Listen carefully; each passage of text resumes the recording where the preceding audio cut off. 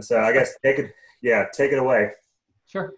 So you know, I'm happy to make it as let's recording. Yeah, I'm happy to make this as interactive as possible. Or you know, if you guys have the software, we can go through the steps and all that, right? I can just talk you through the various steps as well. Hey John, and do it like that. But so you know, I was just going to start with like explaining the setup and explaining how I capture things in SharpCap and create those videos, etc. And then we can go into like these steps, how to process the videos, and actually how to either make individual pictures or make animations out of it, right? So let me share. All right, so really quickly, just explaining the setup that I have. So I took this F9 telescope. It's a 900 millimeter telescope from Skywatcher. It's a doublet, but it's sharp. And I put on a new focuser. I put on a bunch of extensions. I put a quark on it at bottom. That's our, you know, the top red thing. Then there's a tilt adapter just below that, and then there's the ASI 174 mono camera. And this is the entire imaging train. It's really long for some reason. It's you know, I had to extend it a long way. The interesting thing is that with F9, the rays are that are coming into the scope are really parallel. So that's kind of really optimal for the quark to get as much it kind of likes higher focal length. So like F7, F8, maybe F9. F9 is actually a bit on the high side for the camera, because what happens is that a quark has a 4.2x Barlow in it. So it makes a 900 millimeter into, well, 4.2 times 900, I don't know, 38 something, I think, millimeters. And then, you know, you're sampling that focal length with a camera that has, you know, pretty large pixels. I think it's like 5 micron or something. But I think it's still kind of oversampled. So, you know, I was playing around to trying to put a reducer in between. So after the quark, so the quark gets real parallel rays, but then the reducer kind of makes it bigger again, so the camera isn't so oversampled. But you know, the reducer just adds a lot of vignetting, and I didn't really like that that much, because it gets a real kind of close area only zoomed out. So I haven't done that much with that.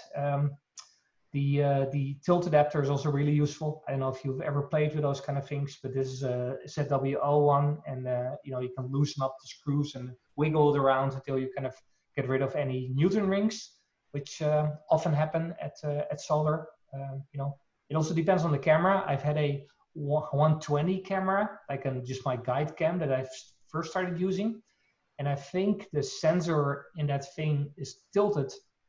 You know, just no, not precisely manufactured or whatever, and the Newton rings are really terrible. So I had to tilt the camera probably like 10 degrees to get rid of the Newton rings. So you know, yeah, every camera has like different effects like that. And then on the right, I've got this high note solar guider, which is actually a cool little toy. It's you know, you can see the sun through a kind of little spot, kind of yellow in the center. That's just for visual guide. But this thing is connected with ST4 to the mount, and it just sends pulse guide corrections to the mount to kind of keep the sun centered, which works really well. I just had mount trouble recently. I don't know. I have to kind of open it up and do some things, but it keeps the sun basically centered. Or you know, if you're looking like an edge, you know, you can guide it on that edge really precisely. So that's really a nice thing. especially if you just set it up for the day and you're not perfectly polar aligned because you can't see the polar star or all that, right?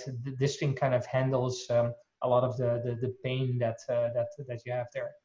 So I got a ERF from Mike Mantini. So it's really large ERF. It's like way bigger than a scope, but I 3D printed an adapter and also put like some foil on it because the thing gets so hot that this actually makes the entire scope sit in the shade. So it drops the temperature a couple of degrees, and I think that was useful.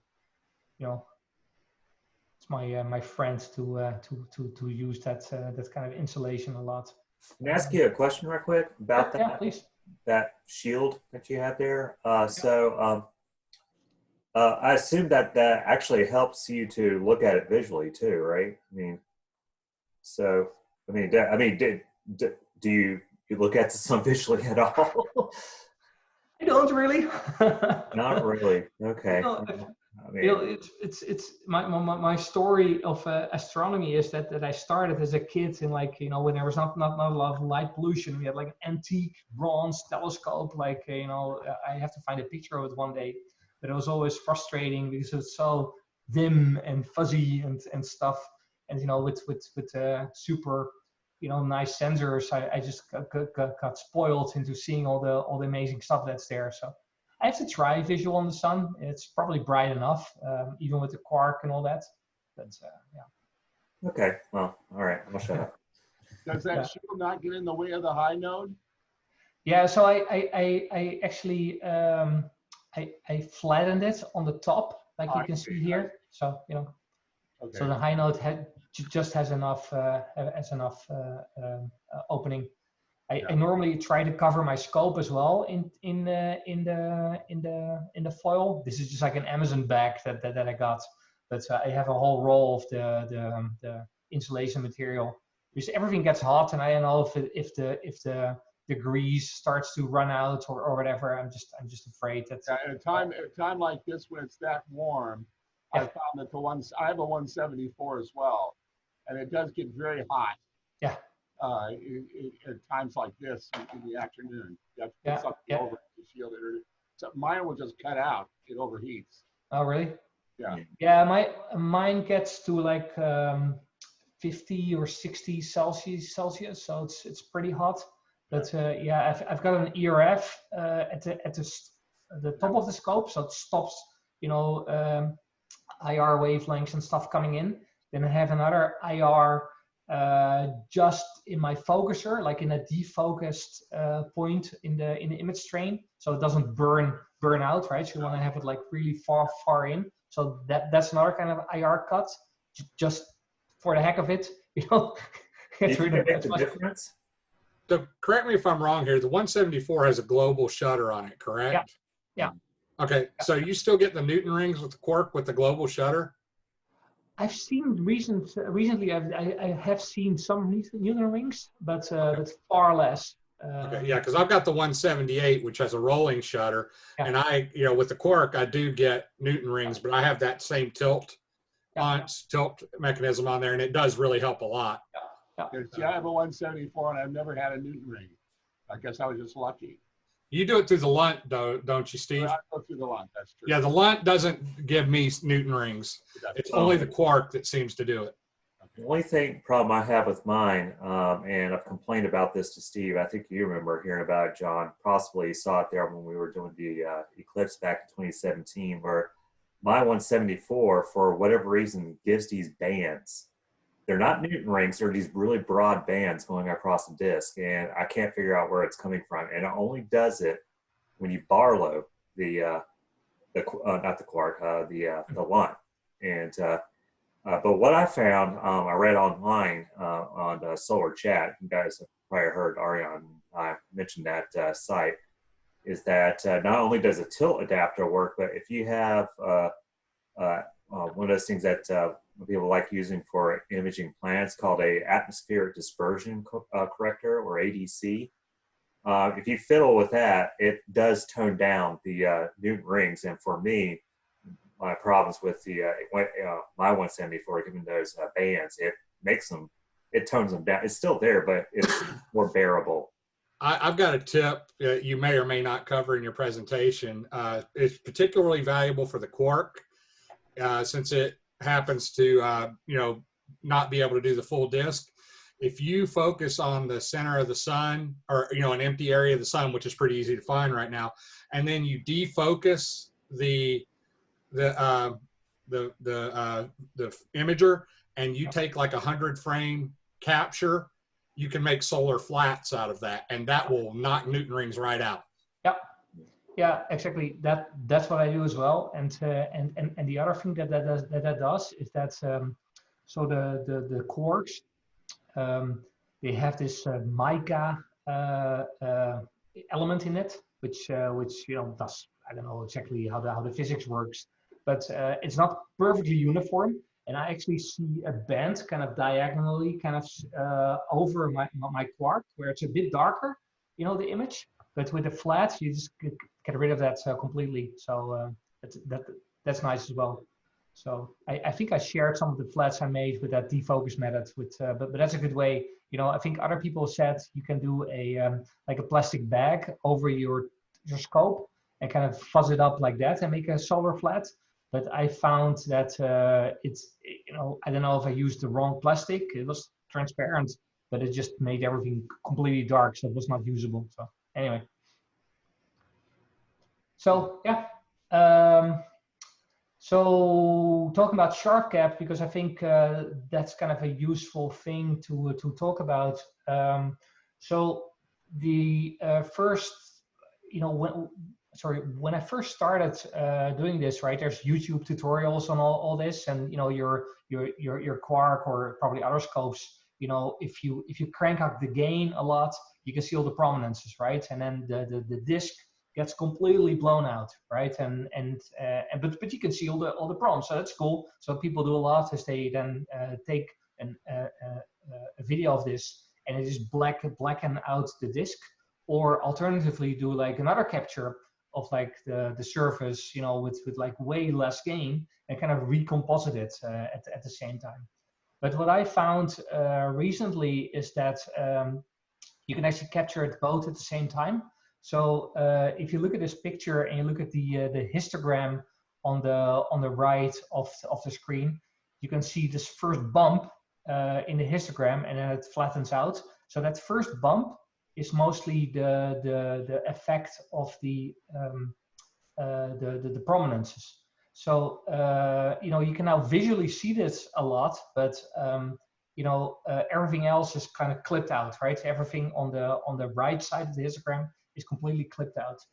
So if you actually then decrease, so what I do is basically you start hunting the sun to see like if there's anything cool happening on the limb or whatever. So you found one like this, right, at like super high gain, and then the next stage is you can actually drop down the gain a lot. And if you now look at the histogram, you still see that bump at the beginning, like on the left, and that little bump, well, were the prominences, right? So that data is still there. It's just all the way on the left on the histogram. So the first like 10% of the histogram is basically your prominences, and then all the rest of the histogram is your surface, right? And what you want to do is tweak the gain and the exposures and all that to basically fit the entire histogram in, right? So nothing is clipped. And in this image, it's slightly clipped on the right. So there's probably some pixels that are like super wide on the surface, but normally this kind of worked well. So this actually means that I can now I can even use this for focusing or whatever, but I do capture the prominences even though I can't see it at all in my images or in my videos. But you can get them out with post processing. And the nice thing as well is that you don't have to recomposite the various exposures together. And also if you make an animation, you can see them both animate. And I found also that it's because of the extra data in the disk, it makes the alignment of frames when you make a video, it makes the alignment work much better because there's much more data for it to align upon. Otherwise, it only has the limb, which is super over bright, and some super fuzzy prompts. And I see a lot of people like, you know, Chuck on YouTube and stuff like that, where they make animations and you see the prominences like slide around a lot, right? And I think that's because they can't really kind of stabilize the frame enough. You know, you can try to do it manual, and you know, you can move every frame pixel by pixel to try to get it right. But I try to, you know, have the software do that. So I'll explain how to stabilize frames later if you guys want to know. So yeah, that's basically how I capture. You know, my capture machine is a crappy Celeron NUC with a SSD. The SSD is like 500 megabytes a second. You need USB 3. I'm able to capture about, you know, basically max frame rate from the camera. The trick for me was that I had to put extra memory in the machine, and then SharpCap has an option when you have more than 4 gigabytes of memory that it can use the extra memory for a memory buffer. So it doesn't write it to the disk, but it stores it in memory. So, you know, you kind of take the entire disk out of the equation. You just write to memory, and memory is like, you know, 100 times faster than SSD even, right? So you basically can reach full performance that way easy. You know, the problem is, you know, everything that's super large, right? Because if you don't crop and you're storing uncompressed data, you know, even those 10 seconds, right? 10 seconds times 120 frames a second, 1200 frames uncompressed. So, you know, I uploaded one of these files, right? It's like 2.5 gigabytes. So if you make an animation, you want 80 of those things. That's 80 times 2.5 gigabytes. It just gets silly really quickly. So you know, I normally don't store my my videos anymore. You know, you kind of run them through Autostacker. You get a you know, a stacked image, and then you throw away the videos because you don't want to carry these 200 gigabytes of data around for a single capture. Arjan, I haven't tried this with SharpCap yet because I'm a biocapture person. Yeah. But what's the red square there in the image? So yeah, that's actually an interesting thing. So I have another video, and I kind of parked it for later, but I can show it if people are interested. So what SharpCap has is a, sorry, let me take a water. So what SharpCap has is a seeing monitor. So what that does is you can drag this red square, or you can resize it or whatever, on like a high contrast area on your image, and it calculates a histogram in that little area real time. And it determines like what the maximum range of pixels is in that histogram, like the maximum between the darkest and the brightest pixel. And then it shows that over time. So that little graph that you see at the bottom is actually the seeing over time, you know, calculated from that little rectangle. So you know, yeah, it varies a lot, right? So obviously, you know, like we have here. But the interesting things then, what you can do is there's two options. One is that you can set a threshold. So if your seeing is better than a certain threshold, so I put like a threshold there, you know, you can click in that graph. Then when it's over the threshold, it starts recording a high-speed video. So that's one thing you can do. So it just waits until the seeing is good, and then it starts capturing really, really fast, right? So you can capture like 100 frames every time the seeing gets better. So that's one thing. The other thing you can do is you can only store the frames that have the best contrast in the histogram. So that's kind of the second option. It's kind of grayed out, and it's called like filtered capture. It's a bit laggy, because it's like real time calculating all these images and capturing them, and you know, the computer gets a bit laggy. But yeah, that's really nice. So you can basically, you know, if you just want 1,000 frames and you want all the frames to be sharp, then you can do that as well. And I have an example of that, what that looks like. If you care to see, it's interesting, right? Because it jumps around a lot, obviously. What is the processor in your laptop or your computer? What's your processor? So this is a NUC. It's like a Celeron 2 cores or something. I've been thinking of upgrading it.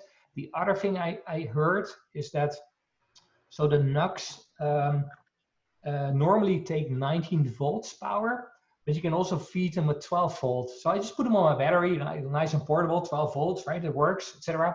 But I heard that the CPU gets throttled a lot when you only put 12 volts in it.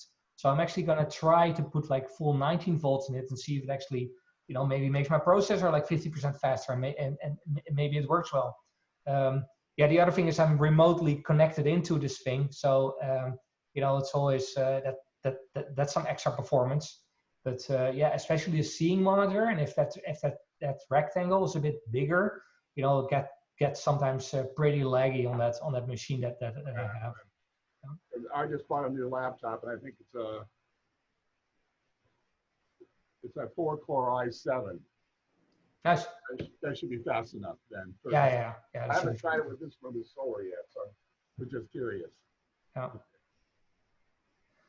Yeah. So let's see. Can I? How does it work? Let me see if I'll share another window.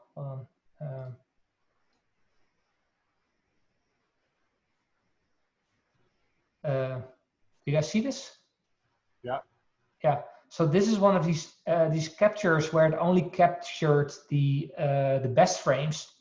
So it jumps around a lot, but because, you know, sometimes there might be seconds in between, right, or whatever. But it's a way to kind of decrease your file size, and yeah, you know, the nice thing as well is that it constantly records frames, and it only stores the frames that were sharp or sharpest, but it doesn't do it after the fact. So, you know, it does it real time, right? So it's not like, oh, now the scene is good, let's start recording, and then like a couple of milliseconds later, or 100 milliseconds or whatever, it finally starts recording the frame. No, this you know, takes all the frames, and it only stores the good ones. So I'm still playing around with it to see if I can get better processing out of it. You know, the other thing is I haven't figured out a way how to do it really well with making animations out of it. So this is more for still images. Yeah, it would be interesting to compare this mechanism for capturing the frames with what Autostacker does with frame selection. Yeah.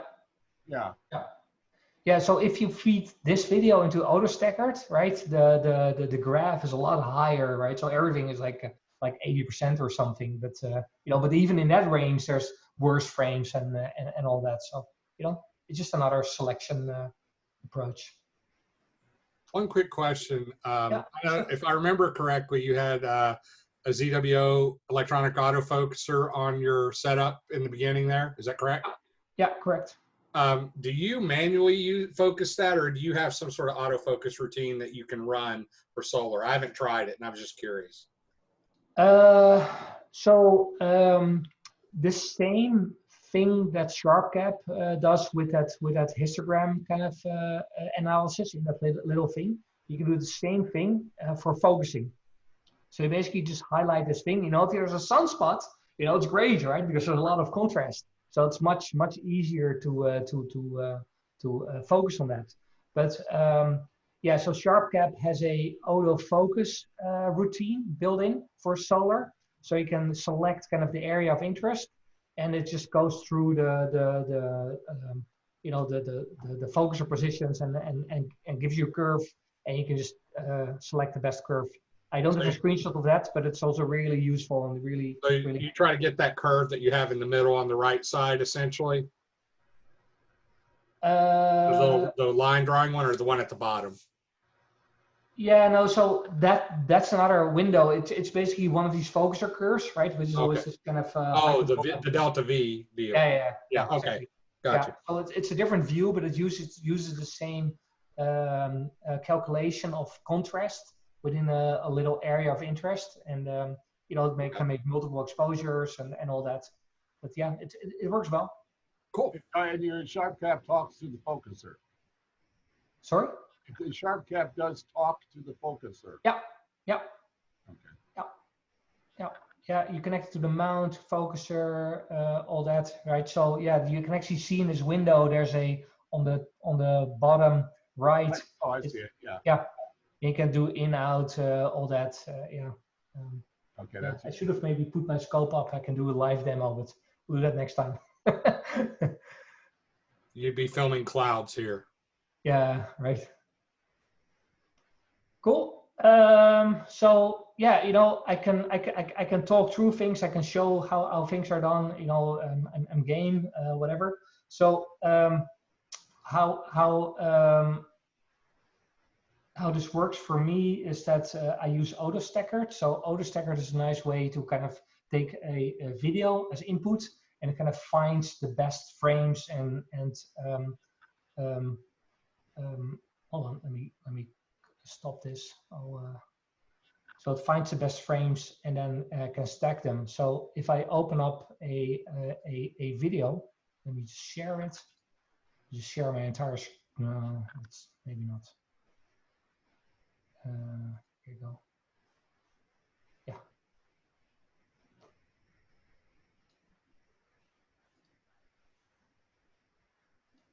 I really have trouble. There's so much data, all this stuff. It just this goes crazy, right? All right, that doesn't work. Hold on, let me try to do the.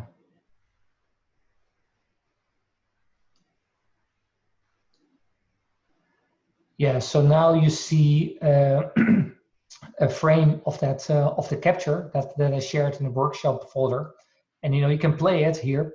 And I don't know how well this kind of comes through with zoom and all that, but I think it's always interesting with these super high capture videos is that you see the bands of seeing, like the turbulence in the sky kind of, you know, go over the surface, right? And sometimes you have like amazing, like, oh my God, this is so sharp, and then you know, it just gets completely fuzzy again. And what Autostacker does is kind of help kind of find the sharp frames, etc.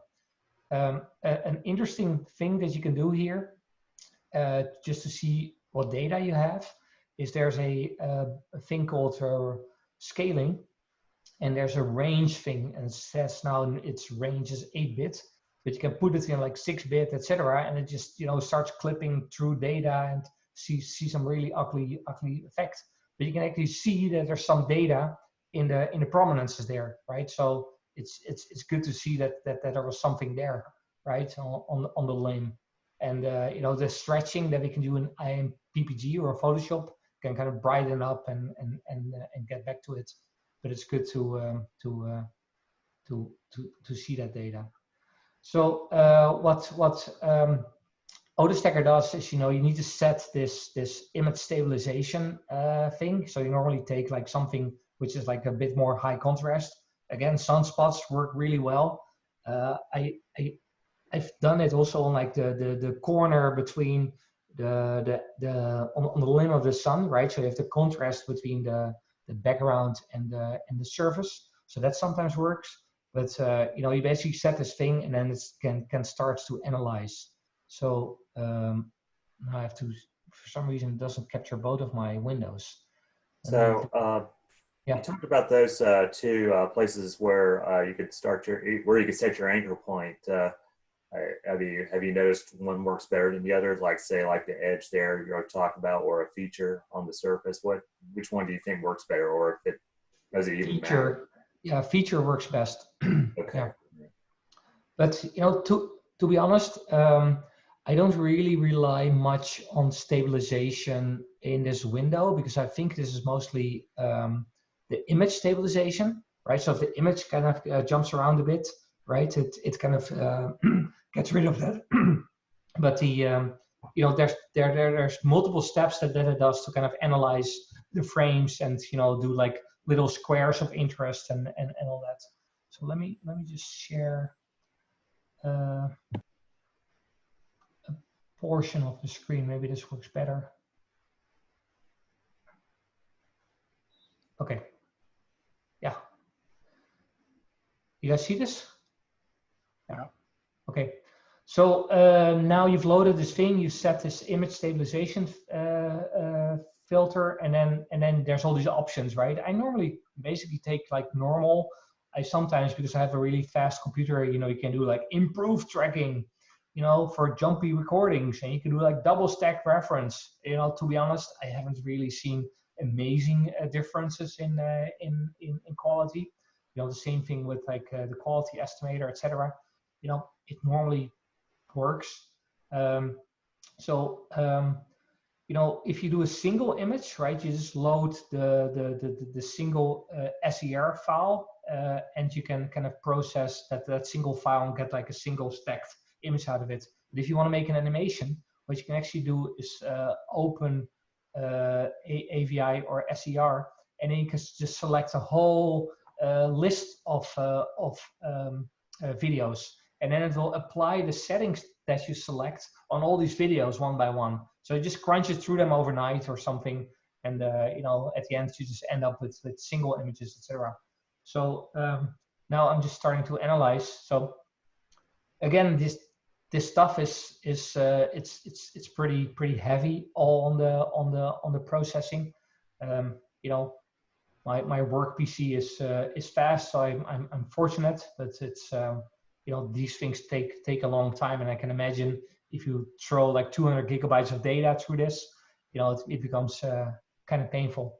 So yeah, now you can see this quality graph over time. So that did this kind of contrast analysis over time to see you know, how the seeing fluctuated roughly over the video. You know, you can see like some frames were good, but other frames were like way worse. You know, what it also does, I noticed in this preview window, is it picked the frame that had the best quality. So you can actually see kind of the best frame out of your video now in this preview window. I think it says it on the top is like frame 393 or something, whatever. So what you can now do is you can place a grid, and what the grid placement does is and this is the setting I had. Let me just, I think the default is something like this. So what the grid does, I think, is it has this area of interest, and then it sees, you know, it analyzes the video, like how much it can track that little feature that's in that square over all the frames of the video. So it kind of combines, it gathers the data from, you know, how this thing kind of wiggled around due to the seeing and all that, and then stacks it into that little square. So this is basically the way to kind of compensate for seeing, which is like all over the place, right? You saw in the high-speed video, you see like the bands, you know, gliding over it, and if you go like super high speed, you know, you see like a bubbly turbulence and all that. But this way, where it uses the little squares, it does the compensation within each square. I found that, you know, reasonable squares like this work well for my kind of setup. You know, maybe it's different when you have like a full disk or something. Maybe use smaller squares or even bigger, or I don't know. I just use this 48 thing. The other thing is that this doesn't capture any of the prominences this way. So it's actually interesting that it doesn't put any dots on this, because this is basically an automatic placement based on the minimum brightness. So it just excluded everything that was not bright enough. So what I've ended up doing recently is I changed the bit rate, so now I can see the prominences. Now I can just manually put a bunch of these points there, right, and just keep clicking and click a couple, right? And now you have points on that area as well. And now you want to go back to 8-bit, and now you have some extra points on this on the prominence as well, right? On the low brightness stuff. So that's basically what you do, and then you can stack them. So the interesting thing that I learned recently is that in the stack options, there's this window, and it says either the number of frames to stack or the percentage. So what I ended up doing is I always have this default setup of like 5, 10, 20 here. So that means it will make 3 stacks, one of the best 5%, one of the best 10%, and one of the best 20%. You know, most of the processing time is in the other steps, and just generating the multiple levels of stacks is actually pretty free. And you know, it's useful. So you know, if you have a lot of great quality, you probably want to have like 20% or something. But if it's really wiggly and all that, maybe 5% is what you can only achieve, right? So you know, it's useful, right? What it does is it saves it into folders, which are called. Let's see, I can show it here. I think. So you have like folders, and that's called like AS P5, P10, P20, and that means the percentage 5, percentage 10, and all that. So it makes these folders, and then it just dumps a TIFF in that folder. So yeah, you know, you stack it, right? You just press stack, and it just goes through all this calculation, and it takes a fair bit of time. And what comes out of it is, I'll just go to my workshop thing.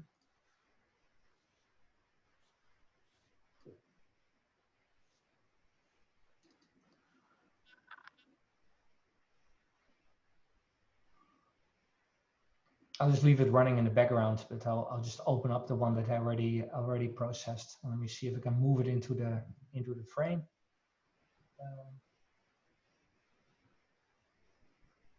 Yeah.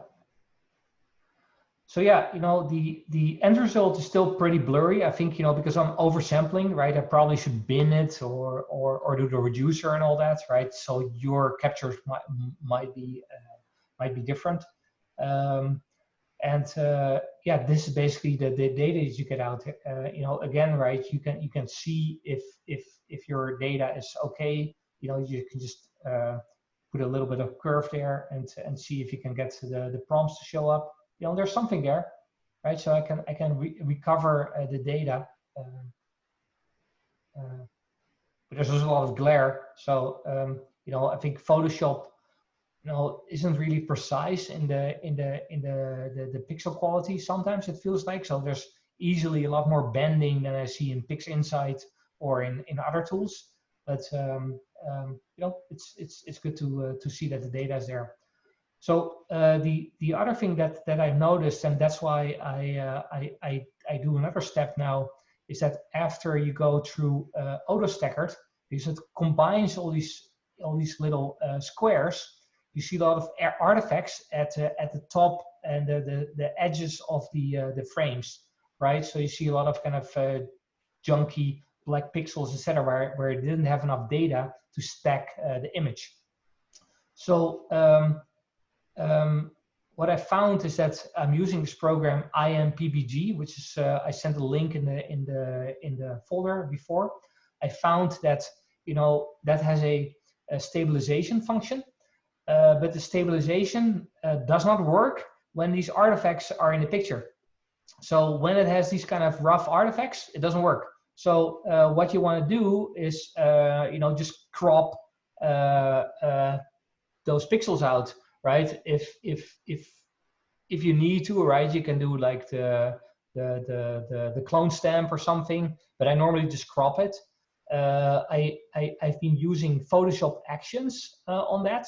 So what's useful for that is like I have this action that's called crop 40 pixels. It's a bit much, but at least gets rid of all these artifacts in one go, so you don't have to tune it anymore. and you can record an action in Photoshop. There's probably other tools that do the same thing.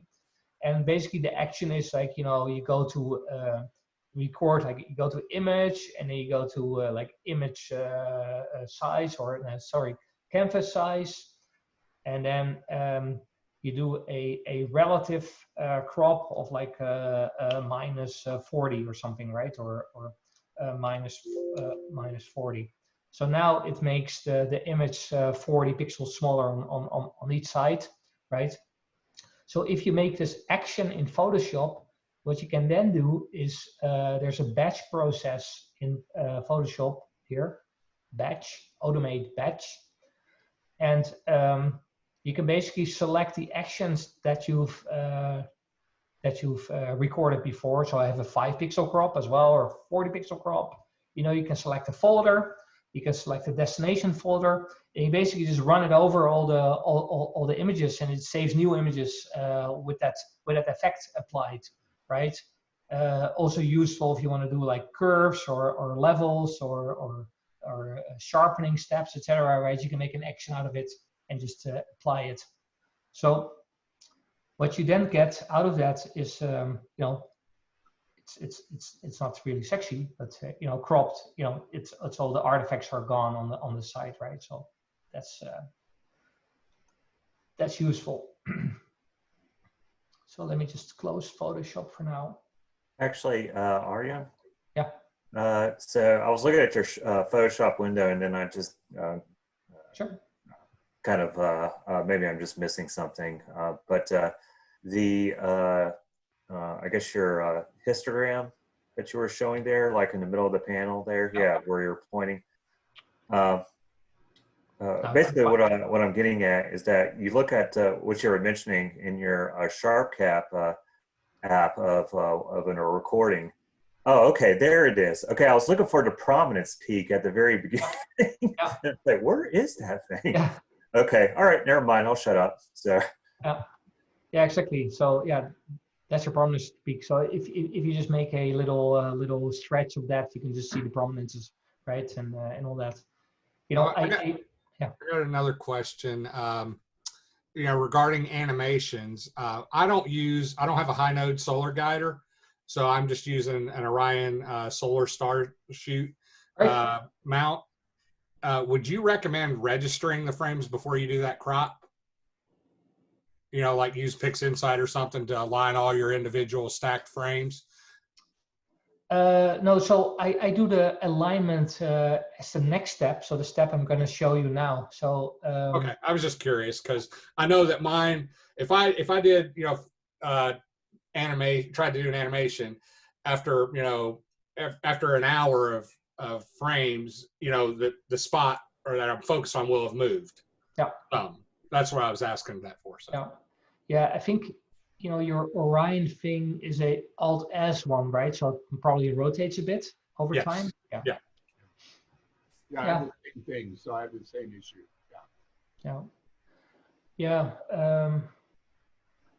I don't know if that IMPPG kind of can compensate for a rotation. I don't think so. I think I've only seen. Hold on, let me see if I can move this into the window. But yeah, that was why I was asking about, aligning before you crop them and then running maybe the IMPPG, the other stuff after that. Yeah. So IMPPG, super useful tool. There's a couple of things you can do with it. So alignment, sharpening, and stretching. So if I take alignment, for instance, right, you can do this align image sequence. It's in tools. You can add the files, so I can use. Oh, this is actually another. This is not. Oh, let me just do the workshop files. Frame selection. Oh yeah, I should have first cropped them, but you can see what it does. Let me just add. Yeah, these ones are cropped. So yeah, you select a whole list of frames, right? I've used both of them at the same time. Sometimes one works, sometimes the other work. You just want to get stable frames. You know, I've used I think I've used like the solar limb before and all that, and it just keeps the limb kind of stationary. But the high contrast features also work because of this kind of image that contains the surface and the prominence as well. There's enough kind of detail in it to be able to align. So let me just make sure it's not in a folder. So now it starts to process it, and you know, you can see the pixel offsets here when it goes through every image, and you know, it's sub-pixel, so it tries to move it to kind of get in the same spot. So what I've noticed when I don't crop it, then sometimes it gets a vague error message that says like, well, couldn't find solar limb, blah, and at some point, and then you have to figure out where it was in sequence. Oh, it's like picture 40 was not correct. So you have to go into Photoshop, kind of crop picture 40 maybe by hand, and then try it again. And it's a bit trial and error, but yeah, it always works when the artifacts are gone and the sun is nice and clean in that place. Do you have a contact with the developer of this to tell them this problem? I've seen him post on Solar Chat. I have to tell him. Yeah, you're right. It's I don't know. I mean, it may account for it, but I don't know if it does. Right? Yeah. I don't know how often he updates his software. It's you know, I think this version is from January. So you know, I think all these people have daytime jobs and they just make these things. Right. So yeah. So anyway, that's a way to align them. I can show it if you guys want to. What came out. John, are you concerned that the mounts that you and I have would rotate too much in order to use this tool? Well, I was just curious because, yeah, you know, over time, you know, since it's an alt-as mount, the orientation would change. I haven't done an animation with it yet, though. Well, so. I haven't. But I used AstroPip or something like that. I didn't have this tool to do the alignment, so I haven't tried that. I'll have to do that to see if this works. Yeah, I'm just curious how it would align on that, you know, because I mean, it's just a workflow change otherwise, that's all. Will this tool take into account, say, an hour's worth of frame rotation from an alt-as mount, I think? Yeah, so I think, right, if I look at the log, right, the only offsets it gives are translations, not rotations, right? So it only translates. Oh, okay. Right. So, but you know, I don't know if you take half an hour. I don't know how much it rotates in half an hour. Is that? Yeah. Well, I'll give it a try on the frames that I've got. I'll use this tool, which I downloaded, and see if it will do the alignment. I mean, I'm thinking if it doesn't account for it, I'll just run them through PixInsight and register them that way. Sure. Oh, yeah. And then I would, you know, follow the rest from there. Yeah, you can do that too. Yeah. So for this, right? So we have a stabilized image. Let me just grab the TIFF. Yeah. So yeah, this tool, right? When I first started using it, it was because of the deconvolution step that it has, and it has this nice algorithm, Lucy Richardson deconvolution, and you get this little preview window. So you can basically run the deconvolution over your picture window, right? You can scroll with your mouse wheel and can see what happens. So you know, it's actually pretty powerful, right? So you can just drag the slider and you can immediately see the sharpening take into effect, right, in real time, etc. I think, you know, the best practice here is that you don't want to turn it into like little worms like here, right? Because that's over sharpened. So you kind of just want to kind of give it a little effect. So yeah, you can get a bit more contrast and all that. You can play around with iterations. You know, ringing is interesting, especially at the point where it's super bright and all that. Well, you can't see it right now, but I'll show it to you later. But you can see a nice effect on, like, you know, what it does in terms of the sharpening, right? It gets a bunch more detail out, etc. The Unsharp masking is another algorithm, and it basically gets rid of noise. So you can just, you know, do this combination of sharpening and, you know, that's, you know, if you have a lot of noise and you sharpen the noise gets attenuated as well. So you want to blur it again to kind of get rid of the noise, and that's what Unsharp masking does. But anyway, this picture right now is unstretched, and it's pretty hard to see. So now it's the magic of IMPBG, and that's the tone curve. So there's a little window, and it's basically a histogram, and you can paint into the histogram. So this histogram is now only showing for my preview window. So if I just take this little spot here, you know, it only shows that histogram. But now I can just draw in it, and, you know, I can adjust the contrast, etc., and see what happens, right? And now if I sharpen it, you know, it's probably sometimes easier to see, or you can see what's going on, etc. Right? So that's super nice. So now, you know, hey, you know, you see the detail come through. There's a button here that select and process the whole image. So you click that, and now it does the entire image. Now the entire image is stretched and sharpened, etc. Right? So already I'm kind of starting to get happy with that. But my image was only, my histogram was only for this square when I stretch it. But now I have the entire image, and you see again the bump at the beginning, which are my prominences. So just let's boost up the prominences a bit. So that's background. So you always have to kind of find it. Right, there it is. So now you want to just play around with the stretching and all that, and see if you can kind of get the curve into a place where, you know, it blends nice, etc. What I often do is invert it, because I've got better results that way. But yeah, you know, you just want to play around with it. Anyway, it's I've stored one of my playful things. It's just trial and error. So this is one of the things here, and the tone curve is where's the curve now? Do I see it?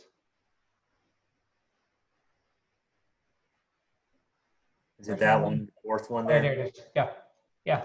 So this was the curve I made, right? So yeah, you kind of decrease the background at the beginning, and you start raising the prompts, and then you go linear all the way back.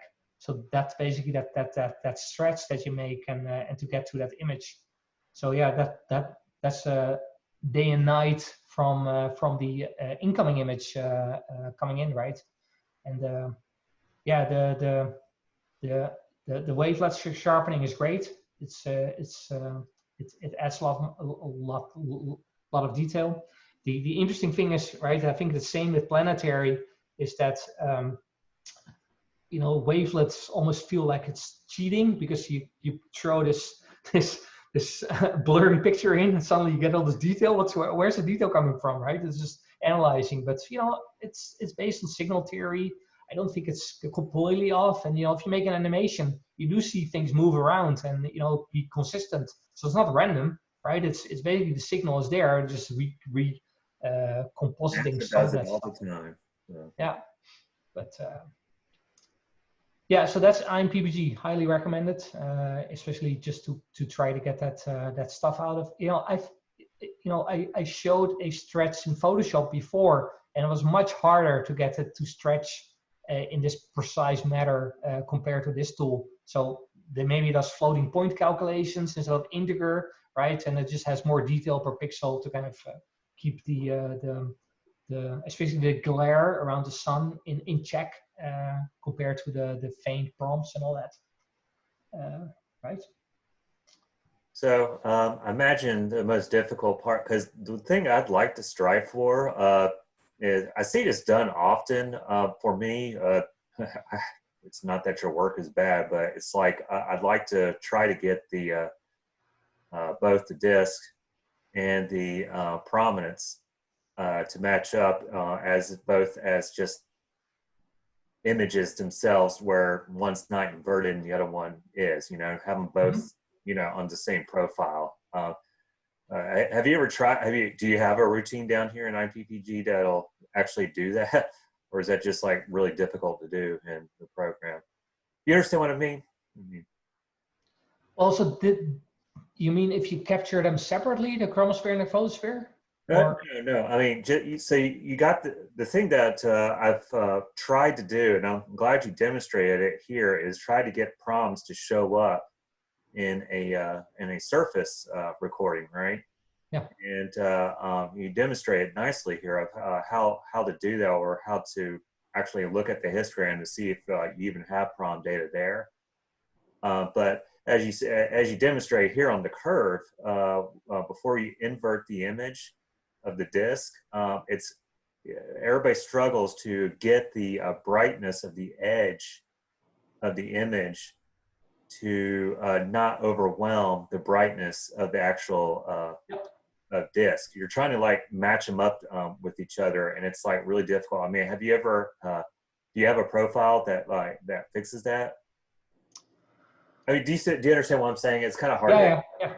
Yeah, it's hard, right? So yeah, you can tune the things more precisely and add more points, because every the brightness actually kind of falls off over this edge completely, right? So it almost extra every point, like this one just affects only this level of brightness, right? So if you just want to tune it completely and see like, okay, how much of the glare can I get rid of, and maybe if I don't want to invert it, right, what happens, right? So stuff like that. So I think so yeah, if you want to take this image and it kind of contrast it a bit, now you want to start adding this back in. Yeah, you kind of want to. Yeah, that's the part I had difficulty, is trying to get that edge to match up with the disk, I mean, you're getting it pretty close there. It's almost the way I kind of cheat, but it's very laborious, is just to take that image and do some Photoshop action magic to it and get rid of that edge so that they match up like we're trying to do right here. Yeah. And but it's a pain. So. Yeah, it's just fiddly, and to be honest, right? Sometimes the profiles work well between captures or days, and sometimes they are not, because the brightness just fluctuates too much. And I have a bunch of them stored, and some of them work better than others. Yeah, this one. Really nice. That's kind of nice looking. Yeah. So yeah, and you can take it in Photoshop and stretch it further, right? So right. Or colorize it. So there's multiple things possible. It has a list of previously used ones, so you can just have a library of them and use them like that. Yeah. So yeah, IMPPG useful. So then the other thing I've been doing, and Autostacker is finally done with this image. So was funny. So then the other thing I've done is I've been using Topaz Denoise, and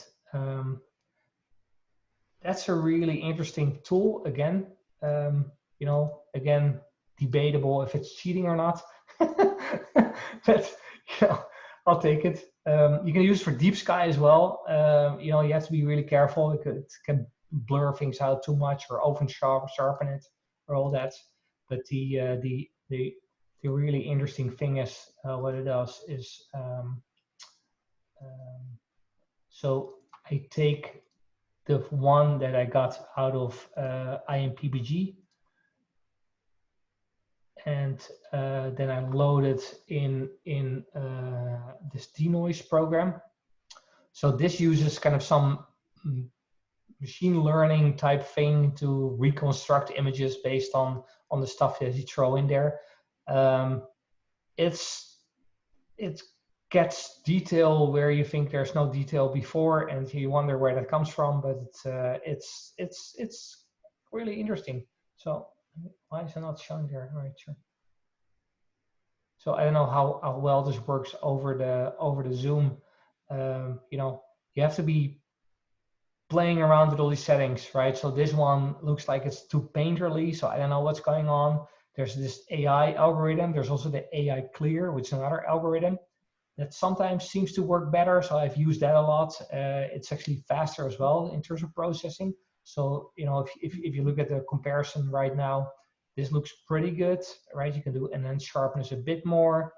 You can reduce some of the noise. So yeah, you get a lot more of that filamentary stuff in there right now. So you know, it also got rid of a lot of this noise. So on the limb, right, where there was a lot of kind of glare and all that, it kind of got rid of a lot of this this pixely noise. So that seems to work really well. So yeah, it's a great tool, right? It's another kind of step in the process to make these images really more interesting looking. Let me know if you have any questions, if you play around with it or not, right? The trial is free. It's like 14 days. I think the software was like $70 or $60. You can find some discount codes every now and then. You know, it's pretty useful stuff. And if you make an animation, what you can also do is, so you run, right? You make the images through Autostacker, you crop them, you stabilize them, you sharpen them, right? They can all work on file lists. And then, you know, the same thing you can do with this is you can just throw a file list in it, and it will kind of go through it, right? The AI stuff is pretty slow, so it will go through it, and it'll dump a whole list of images again.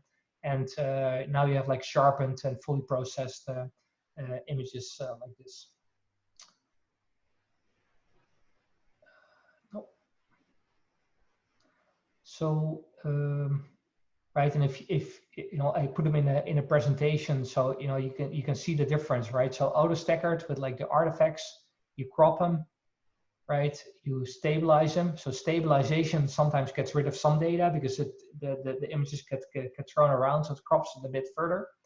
Then you have the wavelet sharpen. Then you have the denoise, right? So yeah, it's just basically it feels like you reduce another layer of fuzz from the camera or something. And then what you can do is go into Photoshop and colorize it, right? And there's a really easy way to colorize it. So I don't know if you're aware of how that works, but I can easily show it. Let me just open up this thing.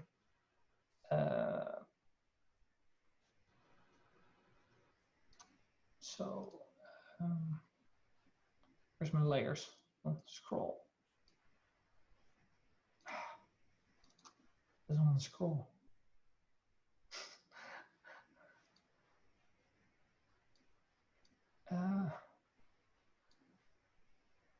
No actions, info, layers. Oh, there it is. Yeah, so basically, right, you get the image coming in. It's a mono picture. Normally, what I think Denoise does, it actually saves it as an RGB for some reason. But anyway, you do want to convert it to an RGB image, right? So you go to mode and then RGB color, and that kind of makes a RGB image out of it. Then you can use the colorize thing. And what you do with colorize, or sorry, it's called levels. I just renamed it in colorize. It's really easy. So you go through every channel one by one, and you change the midpoint of the image. So you go to the red channel, and you can change the red channel to like 1.6. Take the green channel to 0.8. Blue channel 0.2, and that kind of gives this kind of a palette, right? You can play around with it. You can do less red. You can make them, you know, any color you want, you know. But it's only by shifting the midpoint of the levels tool. right? So I'll show it again, right? Background, you go to layer, new adjustment layer, levels. And now you go to red, right? And you select red, like 1.6 or something, green, go a bit less, and blue, a lot less. You know, you end up with this colorized picture. Yeah, I did that same thing, but I made it a Photoshop action. Yeah, yeah, sure. Yeah, so it's consistent across all my images. Yeah, yeah, totally. But that's a way to colorize it. You know, what I've done before as well at some point, but I didn't want to pay for the Premiere license. But if you want to edit video, you can actually save this as a lookup table. You can apply the lookup table to the videos. You can colorize videos completely this way. It's another trick that you can do, which is nice. Oh, I kind of screwed that one up. Yeah. The other thing is, you know, you can curve it a bit, right? So, you know, just add a normal stretchy curve and kind of, you know, play around with it a bit to kind of get maybe the sky a bit darker and play around with contrast. So that's always a useful trick. But it's all artistry, you know. There's no science here anymore. And the other thing I found, and for some reason it's always I haven't found the precise way to do it in a filter, but I sometimes just make a copy of the incoming image, like I make a copy of the background, and then I make that copy into a overlay. And what that does is it enhances the contrast, so it makes the brighter things brighter and the darker things darker. And it kind of gets to a more kind of interesting looking image sometimes.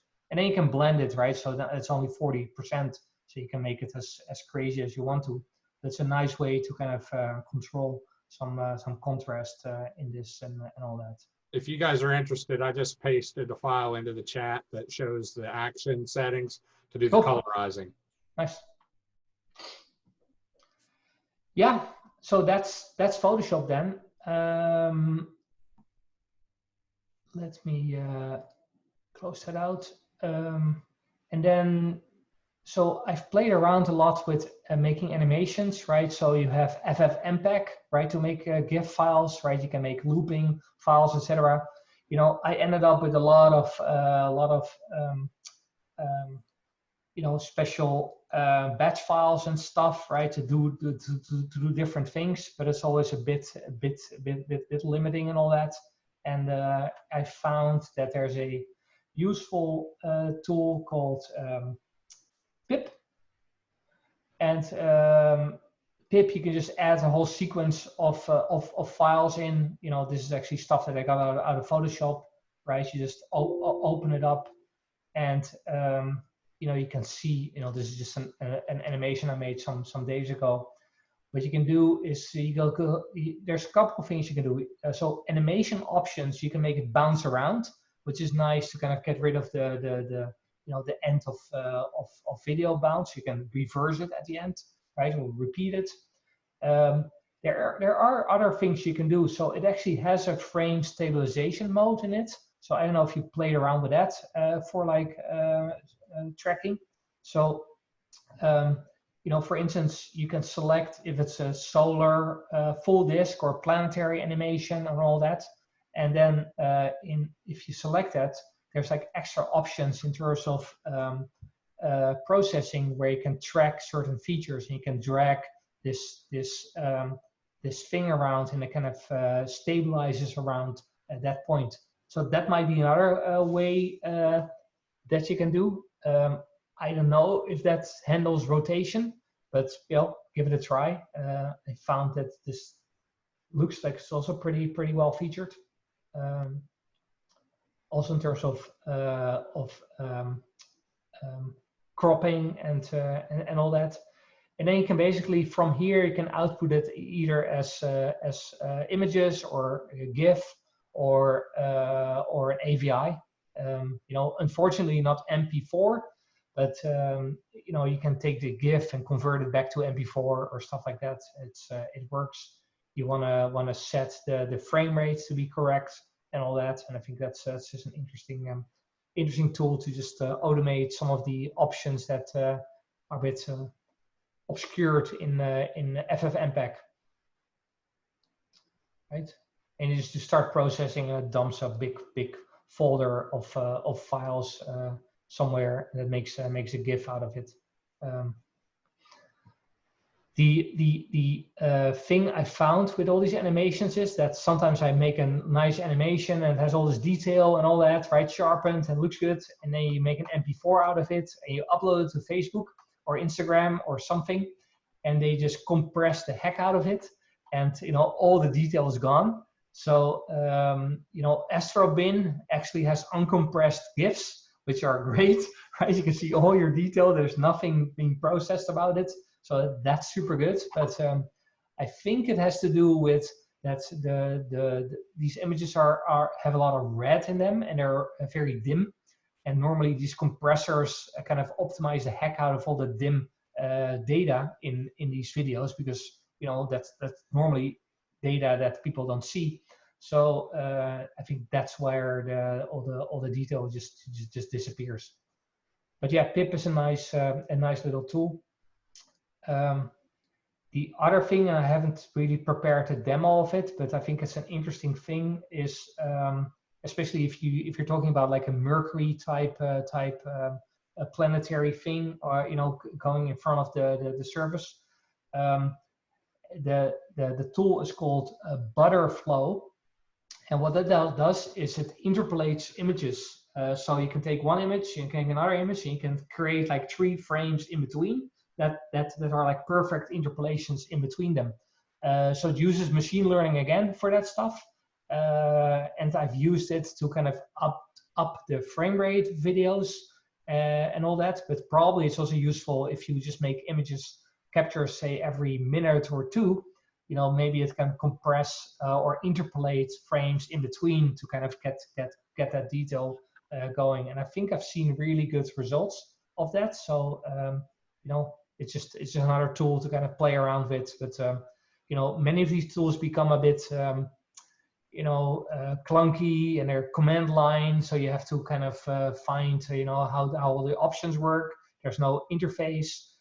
They might not work on Mac, if you guys are on Macs or stuff. So it's always interesting. But yeah, well, that's basically all the stuff I want to go through. So yeah, I've given the files as part of the workshop downloads, right? So you can take the files in the folder, the frame selection, which are basically the outputs of the first step out of Autostacker, and you can see how you can process them and go through all the steps to make it into an animation. But yeah. So you do your animations with pip?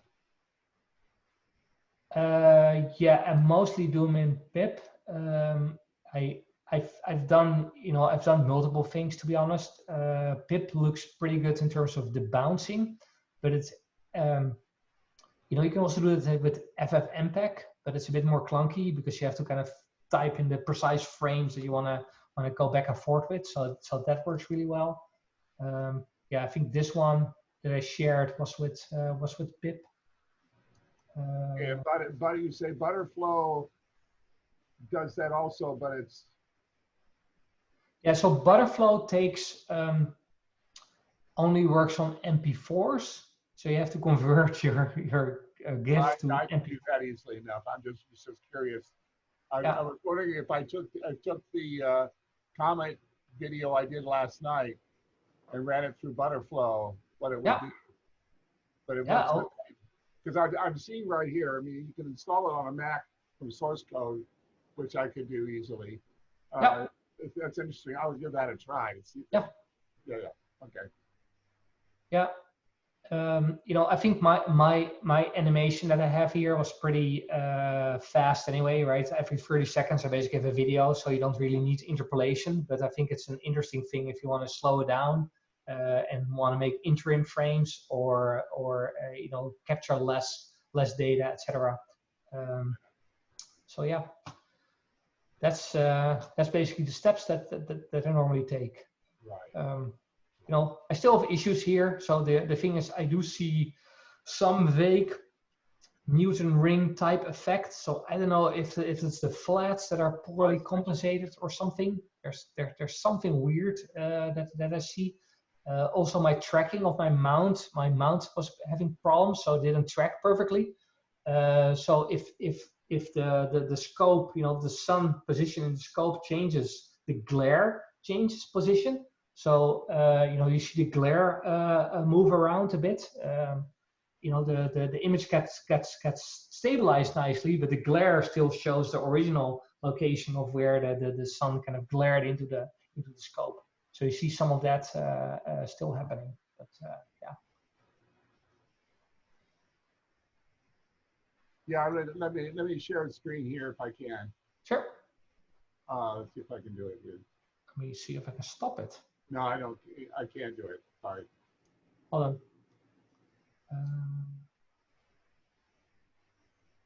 Stop. Yeah. Okay, I don't know.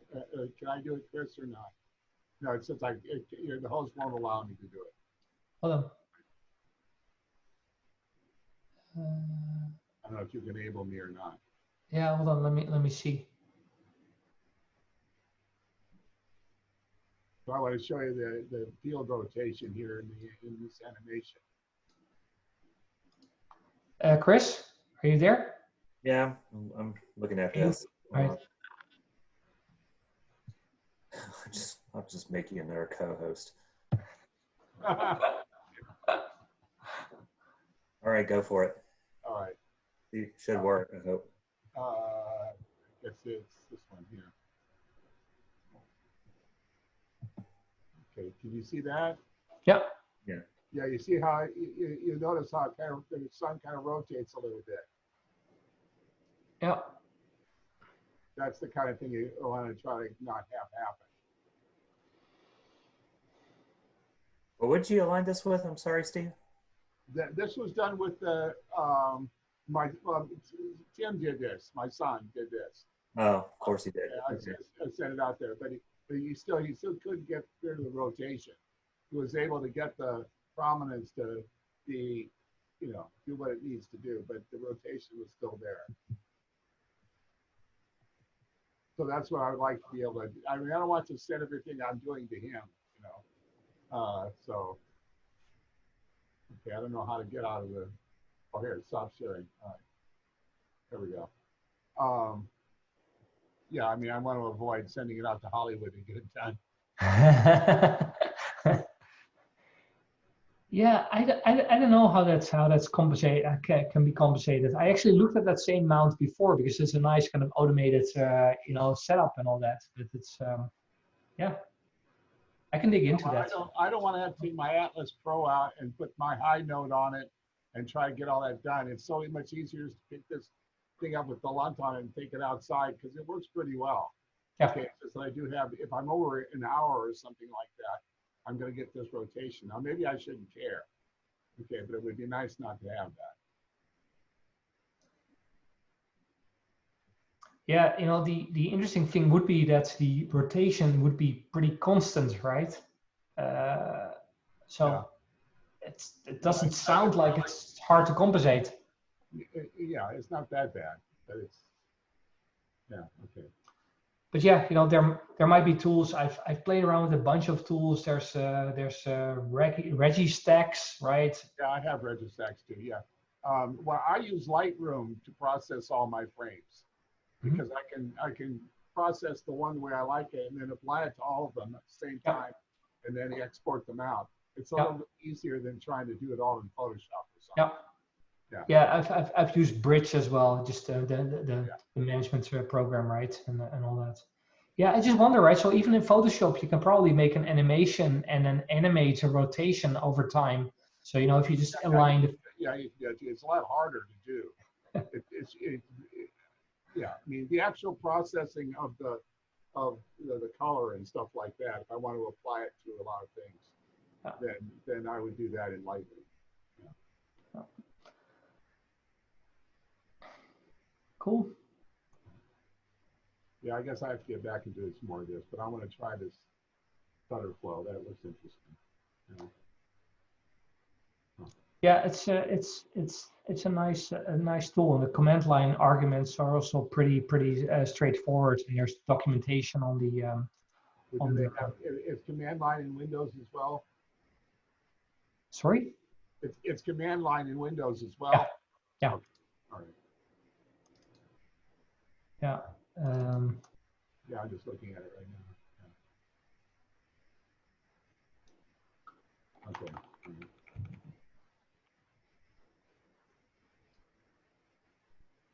Yeah. Okay, I've got some OpenCL stuff. Yeah, okay. So who knows? I have to fiddle with drivers on this one too. Yeah, if you're still on the Mac, you can maybe just emulate it, right? And maybe it works. Yeah.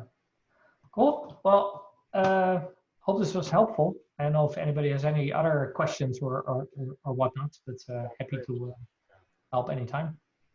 Yeah, there's a few new pieces of software I've never used. That would be fun to play with. I can definitely see the value in that IMPPG too. It seems to be pretty flexible.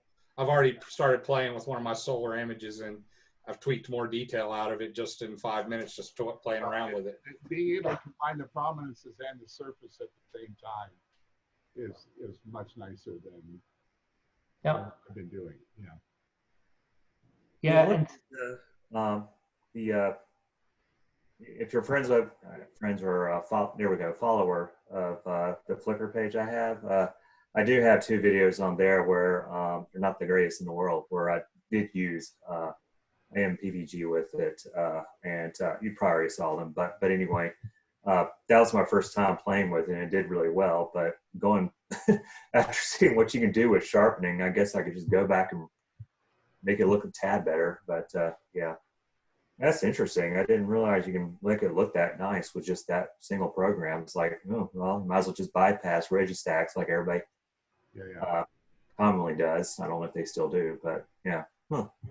So which did you use that on, Chris, on your Flickr page? Do what? I'm sorry? Which images in your Flickr page did you use the well, when you put it up on the screen, I don't know how well it'll look. If you hold on 1 second. Because I've got your Flickr page up here. I'm just. Well, it's a pretty old. Oh, it's an old one. Entry or whatever. Let's see.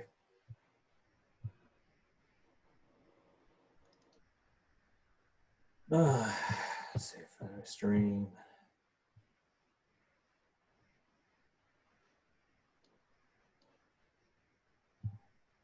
The computer's going really slow, so we'll see what happens here.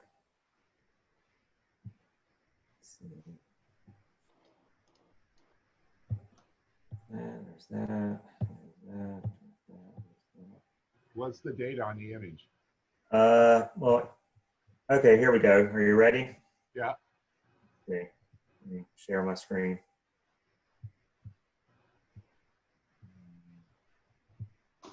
Screen, do that.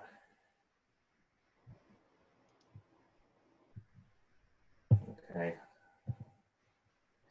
Share. Okay, you can probably see that now, I hope. Let's see how well this thing loads, and I don't know how decent it's going to look.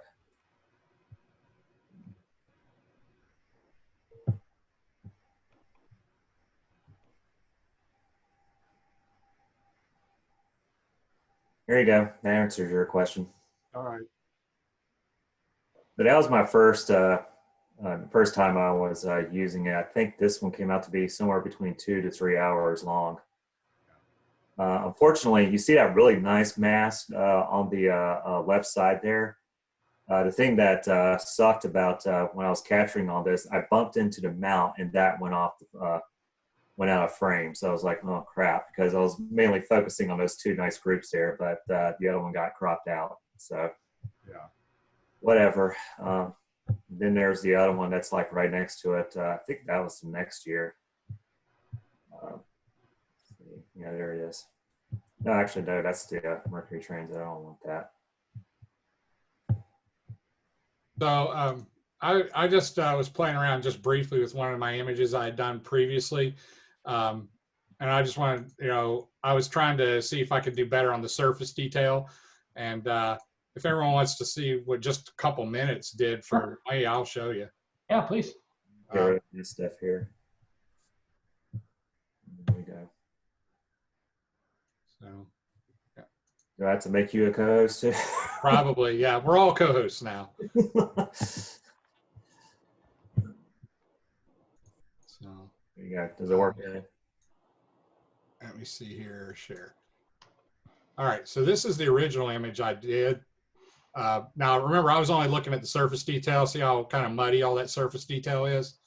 So I just decided to play for just a couple minutes, and I feel that I got a lot more detail there. I mean, just from a few minutes of tweaking on this was the original file, not the combined, because I did two separate images before, with one with the prominences and one with the surface, but this was just the surface image that I just did some of that wave, that curve action on, just to see if I can get some of this detail out. And it looks actually, to me, more natural than this did. You guys able to see both of those? You see where I'm talking about? Oh, flip back and forth between them. You see just the one though? Yeah. I can Okay, well, hold on. Let me see if apparently it doesn't let you flip between them like this. Let me try, how do I do this? Let me do a Click on let's click on the bar. let's just do the desktop instead. Maybe that'll be better. All right, so this is my original image, and the surface looks kind of yucky to me, but I did this in just a couple minutes, and it feels more natural. Now you're able to see it? Yep. Yeah, you're able to see it. It's a lot better for in that respect. I mean, it gets still kind of fuzzy as you go. I was just playing for a couple minutes, but I can see the power of that tool just from this. I mean, it's this to this, on the surface. So yeah. Is it doing something to the prominences as well, or? I did. I used that, I tweaked that curve on the histogram to bring these prominences out. And obviously you can see I missed a little band right there to kind of smooth that out. And I wasn't trying for like rock star finish here. I was just trying to see what I could tweak. And it looks like I have more data there that I could pull out of this image than this revealed, right? So, it does look like it's a pretty cool tool. So anyway, I just thought I'd show, just from the couple minutes of seeing you demonstrate it, what I was able to, tweak out of here, because I mean, that looks a lot more natural to me than this surface, right? I do like the detail on these prominences better, but that's just, I obviously haven't messed with it much. So I guess what the term I like using that for that, as far as processing and images in general, that the old one looks too crunchy. Yeah, it does. On the surface for sure, but anyway, so yeah, that's kind of cool. So I'll show you my last thing. So this was last weekend, and I made this is a still image, so I made an animation as well, but a still image. At least you don't see all the compression artifacts. But yeah, pretty good. The amount of detail you can get out of it. Wow, that is nice. Really nice, yeah.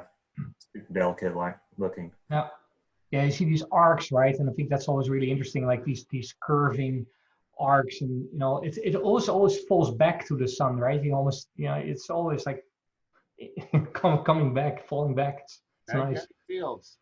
That's what they do. Yeah, exactly. Yeah, but it's even I don't know if I made this one with the best frames. I think I did.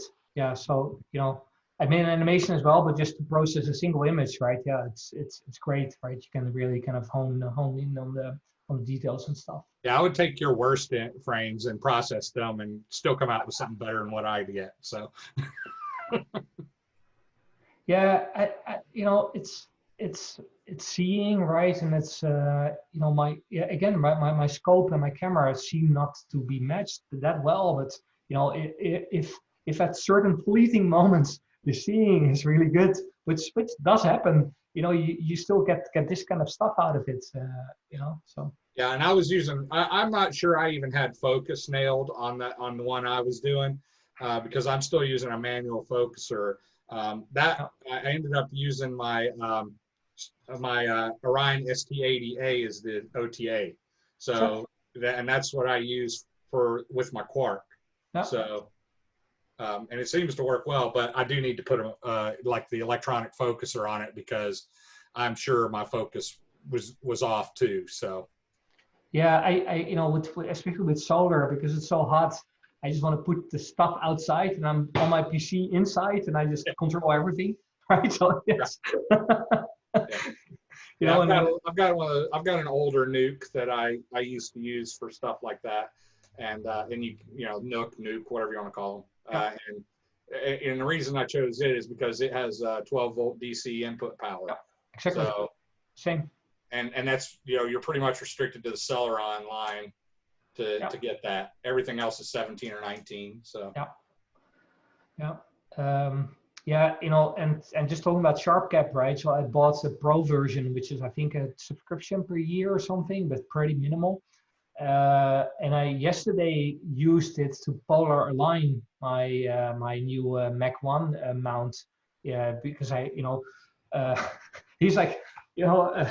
Fulbright was like, you know, you need to stop using it ASI Air stuff. Right? Just grow up already. So okay, cool. You're gonna buy all of Fulbright's stuff, right? Now that seems to be getting up. Well, he just wants to play with stuff, right? So anyway, but I used SharpCap to polar align, and that worked brilliantly as well. So I'm like, SharpCap is a really awesome program. You know? There's still a good play for the ASI Air or the StellarMate. And I'm actually going to end up, I've got the StellarMate OS and I've got the Pi's to put it on. I'm going to end up pairing it up with my my Star Adventurer because that's super portable, right? Yeah. I mean, a little brick, you know, to go with it. And it can do everything I would need to do with the Star Adventurer, including guiding. Yeah. So that's what I'm going to end up pairing that up with. So. Here, let me show you guys this. I popped it up there on the screen. Where I meant to, but here's a section of a YouTube video of just solar system stuff. But here, look at this right quick. Not Jupiter, but if I can get this to work. Okay, here we go. You guys see this, right? Yep. So, oh, come on. Okay, here we go. This is something I did a long time ago. What's really cool about this is that there's a section of it where you'll see an explosion occur in that obvious sunspot group that you're seeing going by. But this was, I hated what happened with this. I was aiming for a full rotation, and after like 20 days, I missed it. So yeah, that little group right there, it spit out a flare, and I actually saw that. What was it? When I was looking at it visually, I was just like so enamored by it that I didn't actually record it, and I was like, oh well. So because it happened pretty fast. I mean, they usually take around a minute to 2 minutes before you start to realize something is about to happen. But yeah, that one was really fast, and it was like super bright after like 3 minutes, and I was like, wow, how about that? And, yeah, if you still have those individual frames, I'd be curious to see if you use IMPPG on it and see if you can get the prominences on the edges in that full disc, you know, as it's rotating. Yeah, fortunately, I didn't keep them, of course. Oh. Fired. I mean, well, I got the individual the frames, but I don't think this is back when I was still an amateur at it, and they don't look that great as far as being able to process it any further. It doesn't mean there's not data there, though, you know. Yes, I know, God. But anyway, yeah, if you ever get a chance to be able to do that, try that out. And you know, just of course, you want to try to do it in the exact same time of the day. And fortunately, where I was working at the time, I always had a nice uninterrupted lunch hour, and I just went out to my car, set up the scope, and of course that was what is it, made by Ioptron mini tower. And so I just put the scope on that. I don't really have to worry about polar alignment because it's now TAS. And because the recordings are so short, I don't have to worry about the rotation either. So anyways, I wonder if this is me that's making that music. Yeah, it sounds like a music box playing or something. Yeah, there we go. Yeah, that's me. Sorry about that. What club are you in there? You asking me? Yeah. That's Barnard Astronomy Club in Chattanooga. Okay, is that the one that had the Nina thing recently? Yes. Okay, yeah, I watched that. Yeah. Yeah. Yeah. It's It's a smaller club. Yeah, it's a smaller club and older, but that's okay. Yeah. I'm probably the youngest member of the club, just about. Not quite, but Exactly the same way when I started with the Raleigh Astronomy.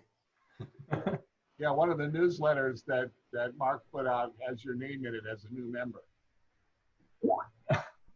Nice. Wow. Long time ago. Cool. Cool. It's definitely very helpful for me. I mean, I got some ideas now, so. Yeah. Yeah, I was actually wondering, you know, sometimes, right, we have this email group and that's nice and all that, but sometimes it almost feels like we should make a Slack group or something, right? Like, because, you know, sometimes like we're out and like, yeah, there's something happening, right? That's just the one I want to ping people, maybe more directly. Maybe I'll talk to.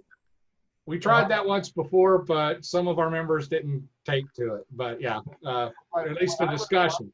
What I'd like to have had is the ability to get a report from the Jordan Lake Dam on what the conditions were if somebody, first person went out there saying, it's too cloudy here, don't drive all the way out here. Yeah, exactly. Okay. Yeah, I would really be pissed if I made that drive today and it was cloudy when I got there. Ain't that always the way? It'd be a 6-hour drive if I made it today.